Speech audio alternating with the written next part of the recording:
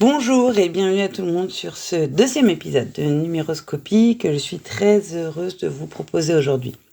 Alors avant de commencer, je tiens à vous remercier pour vos retours. Ils ont été assez nombreux, parce qu'on n'est pas très nombreux non plus à suivre Numéroscopie, mais en tout cas, ils sont tous très pertinents et vraiment merci parce que ils m'ont fait avancer ces retours. Notamment deux qui sont quand même revenus fréquemment. Le premier sur le volume du son. Alors du coup j'y travaille, j'essaye de l'améliorer. Là je vous fais une proposition alternative et puis je cherche le petit matériel qui va bien et qui permettra que ce soit vraiment nickel et agréable à l'écoute. Le deuxième retour, c'était le fait de ne pas pouvoir s'abonner sur le podcast en fait en direct et du coup de ne pas pouvoir être informé de l'arrivée des nouveaux épisodes. J'ai, je pense, résolu le problème en basculant les épisodes sur une chaîne YouTube que j'ai créée qui s'appelle Numéroscopie et du coup qui vous permet de vous abonner et à partir du moment où vous êtes abonné, à chaque fois que je poste un nouvel épisode, vous avez une petite notification. Ça facilite aussi le fait de laisser des commentaires et de créer des échanges parce que c'est un peu mon objectif et c'était pas très simple sur le podcast. Ça l'est beaucoup plus sur la chaîne YouTube.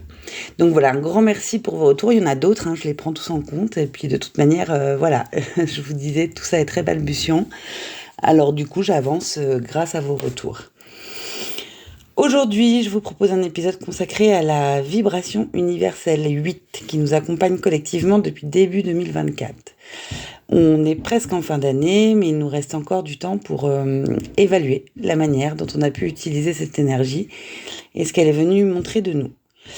Il nous reste quasiment 2 mois, la fin du mois de novembre et le mois de décembre, où cette énergie va encore être très présente. Et puis il y a aussi les 2 mois du début d'année, qui sont janvier et février, sur lesquels l'énergie 8 va encore aussi se faire ressentir. La numérologie, c'est à appréhender comme des saisons. On passe pas du printemps à l'été d'un coup, de l'été à l'automne, de l'automne à l'hiver d'un coup.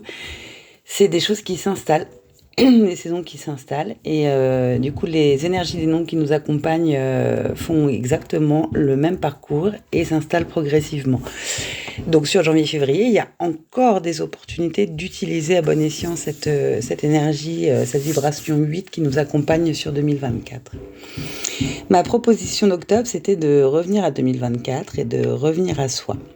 Alors, ça m'amène à commencer cet épisode par une parenthèse qui fait écho à un commentaire que j'ai reçu récemment.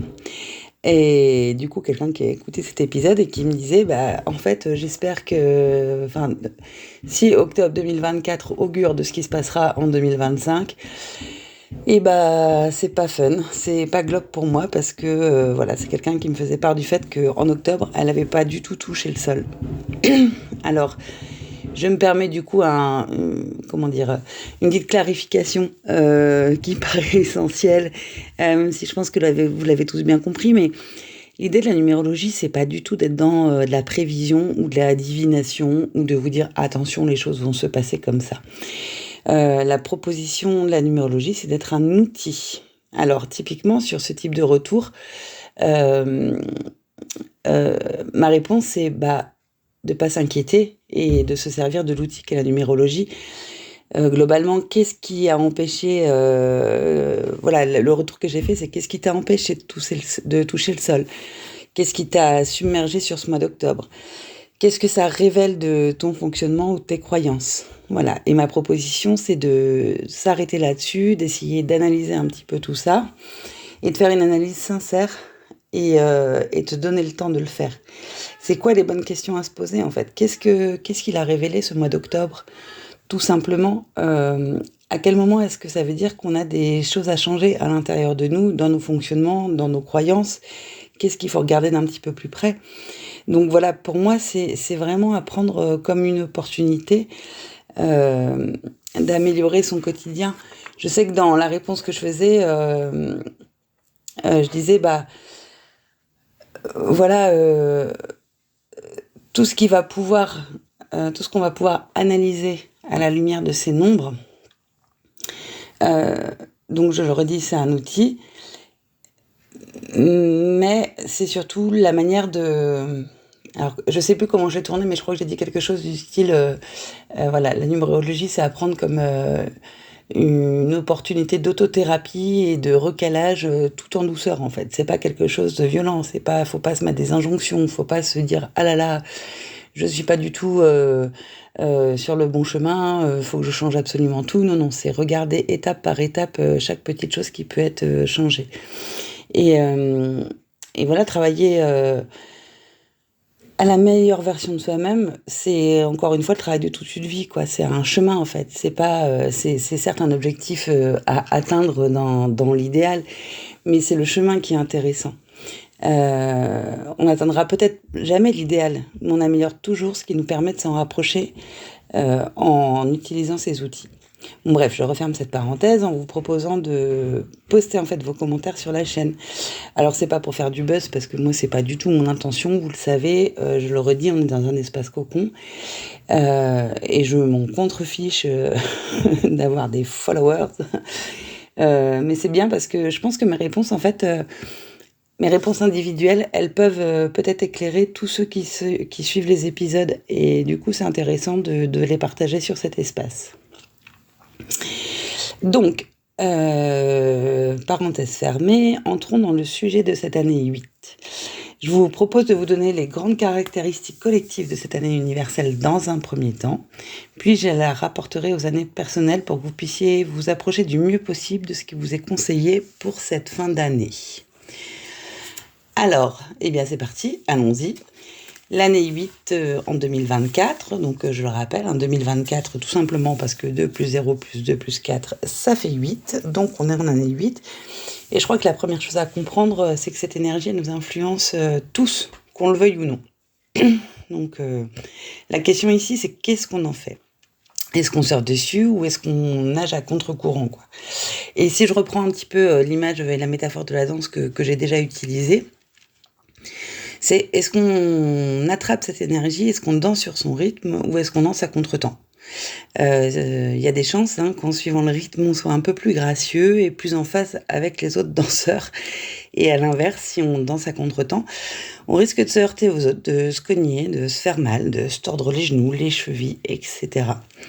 Donc la proposition que nous fait la numérologie, c'est de nous permettre de connaître les énergies qui nous entourent et de pouvoir composer avec. En gros, c'est de pouvoir danser de la manière qui nous va le mieux. Bon, pour être clair, on peut faire ce qu'on veut quand on veut. Ça, je le dirais, je pense régulièrement parce que c'est extrêmement important. On a tous notre libre arbitre et la numérologie ne vient en aucun cas nous donner des injonctions à faire ou à ne pas faire. Ce qu'elle vient faire, c'est simplement nous éclairer sur ce qui nous coûtera plus ou moins d'énergie. Si je vous prends un exemple, alors il y en a plein, on peut en prendre plein dans la nature, mais moi il y en a un que j'aime bien, c'est... on a un projet de vacances qui est d'aller sur la côte en Normandie et d'avoir envie de bronzer, de se haler le teint et de sentir bien parce qu'on se sent revigoré de soleil. On peut le faire n'importe quand, c'est-à-dire que ce projet de vacances, on peut très bien décider de se le poser sur les vacances de Noël en décembre, il n'y a aucun souci, chacun fait exactement ce qu'il veut. Juste, l'objectif qui est de prendre le soleil et de bronzer un petit peu, il risque d'être un petit peu moins bien atteint si on décide de le faire au mois de décembre et qu'on va en Normandie bronzer au mois de décembre. Ça va nous coûter de l'énergie, parce que déjà, sur la plage, on va avoir froid. Ça va demander beaucoup d'énergie à notre corps de rester réchauffé, et puis surtout, le résultat derrière, il risque de ne pas être forcément terrible. En tout cas, ça va nous coûter beaucoup de temps et beaucoup d'énergie pour obtenir un résultat qui sera un résultat moyen. Si on décide de le faire en plein mois d'août, voilà, vous voyez venir et puis vous avez bien compris l'image. Si on décide de le faire en mois d'août, forcément, on y passera moins de temps, ça nous coûtera moins d'énergie et ce sera plus appréciable pour un résultat vraiment beaucoup plus intéressant. On y est avec donc ce qu'on vous propose de faire. Si on se concentre un peu sur l'année 8, qui était 2024, on va déjà la recontextualiser un petit peu, sachant que l'année 8, elle succède à l'année 7. 2023, c'était une année universelle 7. Et en 2023, la proposition qui a été faite collectivement à tout le monde, c'était de ralentir un petit peu, de se concentrer, de rentrer un petit peu en phase d'introspection et d'analyser ce qui prend vraiment du sens pour nous. Cette question de remettre du sens dans chacune de nos actions et dans tout ce qu'on fait, un sens qui vient nous animer en fait, elle était vraiment au cœur de 2023 et c'était une année qui nous invitait à pas forcer, à essayer de lâcher prise au maximum et puis surtout à pas se battre contre les éléments quand tout allait de travers. Non, c'était plutôt une année d'attente, une année où il était conseillé de jouer un petit peu les ermites, de se recentrer sur soi pour en faire émerger ce qui va vraiment compter pour nous. Donc naturellement, l'énergie 8 de 2024, elle vient modifier un petit peu cette vibration 7 et puis cette énergie-là, et elle vient nous faire une proposition différente qui est une proposition d'entrer dans l'action.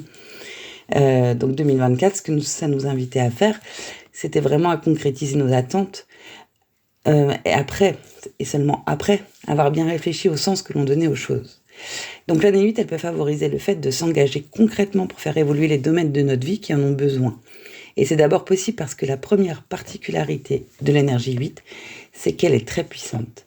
Elle amène tout le monde, mais vraiment à tout le monde, un surplus d'énergie qui va aider à passer à l'action. Alors, année très puissante, beaucoup d'énergie collective pour tout le monde. Évidemment, le bémol, c'est qu'il faut au mieux réussir à canaliser cette très grande énergie pour qu'elle ne déborde pas et pour qu'elle soit pas contre-productive. En fait, en année 8, on s'approche de la fin du cycle de 9 ans. On le verra avec l'année 9, on arrive sur un temps de bilan. C'est donc assez naturel que l'on ressente le besoin d'accélérer les choses. Mais attention, il est conseillé de ne pas vouloir aller plus vite que la musique. Parce qu'on évolue chaque année de ce cycle.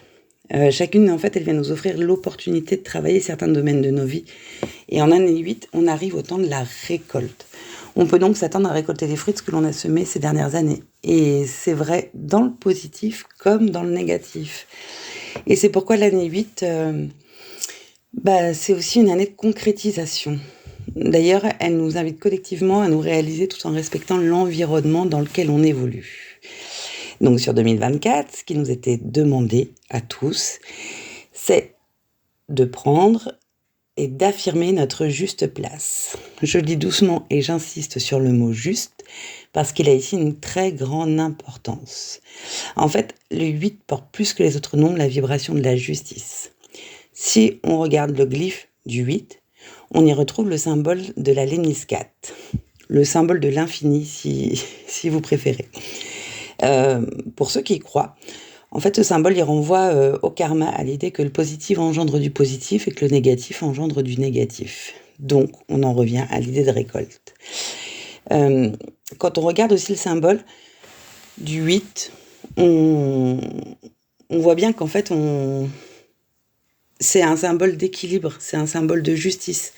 C'est un petit peu comme si on prenait le nombre et en le traçant, on refait le parcours et on boucle la boucle. Donc, le 8, il est équilibré. C'est-à-dire qu'il a un rond, il a deux ronds. Alors qu'on le met dans tous les sens, ça fonctionne, mais il a deux ronds ou deux ovales, en fait, qui, a priori, sont plutôt équilibrés. Et cette notion d'équilibre, ça nous renvoie effectivement à la valeur justice qui est très, très importante aussi sur l'année 8. C'est pour ça que l'invitation à prendre sa place, elle s'accompagne de l'idée qu'elle soit juste. Donc c'est une année qui favorise le fait de se positionner, de se faire reconnaître à sa juste valeur et aussi à poser ses limites.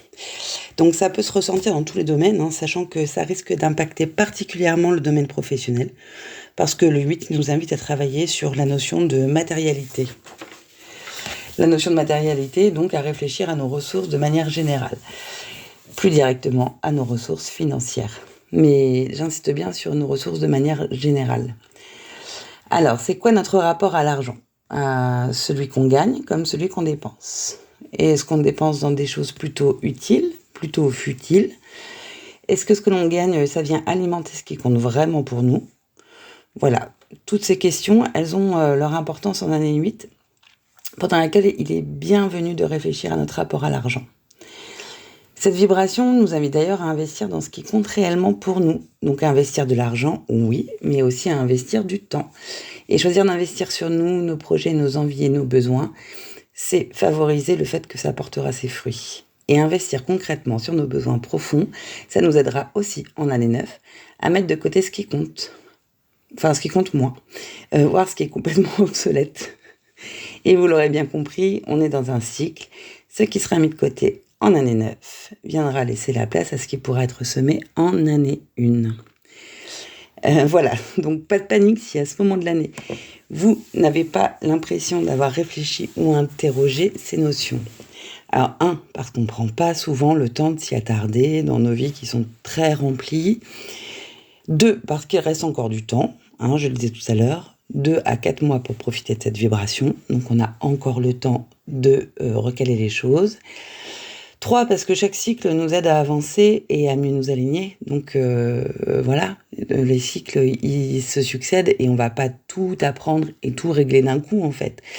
Si un seul cycle suffisait à faire de nous des êtres, entre guillemets, parfaits, en tout cas la meilleure version de nous, on le serait dès l'adolescence. Alors je vous laisse revenir à votre adolescence et puis réfléchir à est-ce que vous vous sentiez complet, aligné et plein de vie à ce moment-là. Et enfin 4, parce que la perfection, ça n'existe pas. Donc il est juste question ici de faire du mieux que l'on peut pour se sentir le mieux possible et s'aligner à ce que l'on est, à qui l'on est profondément. Et attention, à un autre scoop, la meilleure version de nous, c'est celle qui nous va à nous. Et c'est donc quelque chose de tout à fait unique, de tout à fait relatif et de tout à fait singulier. Voilà, je crois que j'ai refait une parenthèse sans le vouloir. Mais bon, si je reviens à l'année 8, je l'ai dit, c'est une année qui porte une énergie puissante et qui va favoriser la concrétisation de projets, d'envies, le fait aussi de réajuster son positionnement dans notre environnement, et tout ça est très positif. Mais elle peut aussi favoriser et amplifier des aspects plus négatifs. Lorsque les choses ne nous alignent pas dans la fluidité, il se peut que nous ressentions les choses très fortement en année 8.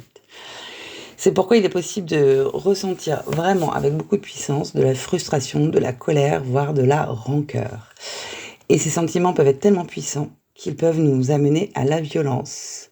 Alors ces sentiments-là, ce sont des indicateurs. Ils viennent simplement nous montrer qu'il y a des choses à modifier.